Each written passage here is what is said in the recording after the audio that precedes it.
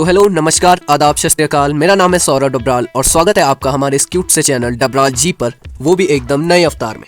चलो यार, आज की वीडियो शुरू करते हैं। कोरोना वायरस की सेकेंड वेव लगातार अपना कहर दिखा रही है। एक के बाद एक बुरी खबरें सामने आ रही हैं। कल 21 मई 2021 को उत्तराखंड के मशहूर पर्यावरणविद इन्वायरमेंटलिस्ट, जिन्होंने हमारे देश में ही नहीं बल्कि विदेशों में भी पर्यावरण संरक्षण के संदेश को पहुंचाया, उन धरती के महान सपूत सुंदरलाल बहुगुणा जी का 94 साल की उम्र में निधन हो गया, जिससे उनके प्रदेश में ही नहीं देश में भी शोक की लहर है। दरअसल 8 मई को कोरोना से संक्रमित होने के कारण सुंदरलाल बहुगुणा जी को ऋषिकेश एम्स में भर्ती करवाया गया था, जहां 21 मई को उन्होंने अंतिम सांसें ली।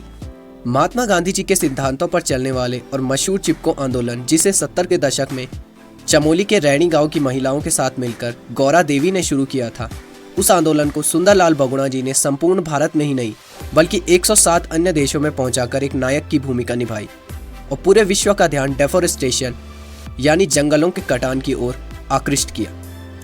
ऐसे माटी के लाल सुंदरलाल बहुगुणा जी का जन्म उत्तराखंड के टिहरी जिले के मरोदा गांव में 9 जनवरी सन 1927 को हुआ था।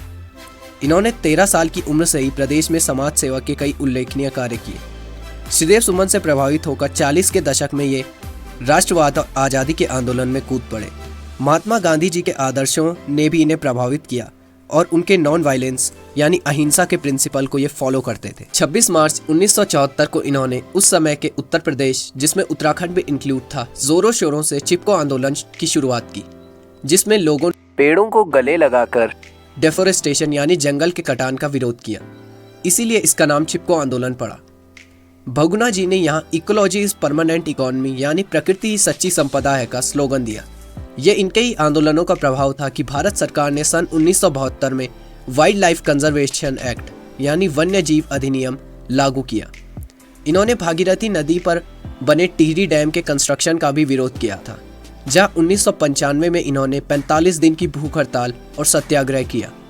उस समय भारत के तत्कालीन प्रधानमंत्री पीवी नरसिम्हा राव ने इन्हें डैम के इकोलॉजिकल इम्पैक्ट पर कमेटी बनाने का आश्वासन देकर ये आंदोलन खत्म करवाया। पर्यावरण संरक्षण में ऐतिहासिक कार्य करने वाले सुंदरलाल बहुगुणा जी को कई प्रतिष्ठित पुरस्कारों से नवाजा गया, जिनमें चिपको आंदोलन के लिए 1986 में इन्हें जामनालाल बजाज अवार्ड और 1987 में राइट लिवलीहुड अवार्ड से अलंकृत किया गया। 1989 में IIT रुड़की द्वारा इन्हें honorary degree of doctorate of social sciences प्रदान की गई और 2009 में जाकर भारत की तत्कालीन राष्ट्रपति श्रीमती प्रतिभा पाटिल द्वारा इन्हें पद्म विभूषण सम्मान प्रदान किया गया।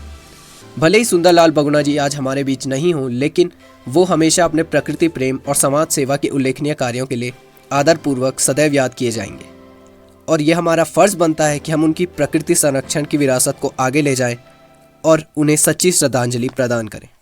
फिर मुलाकात होगी इसी चैनल पे।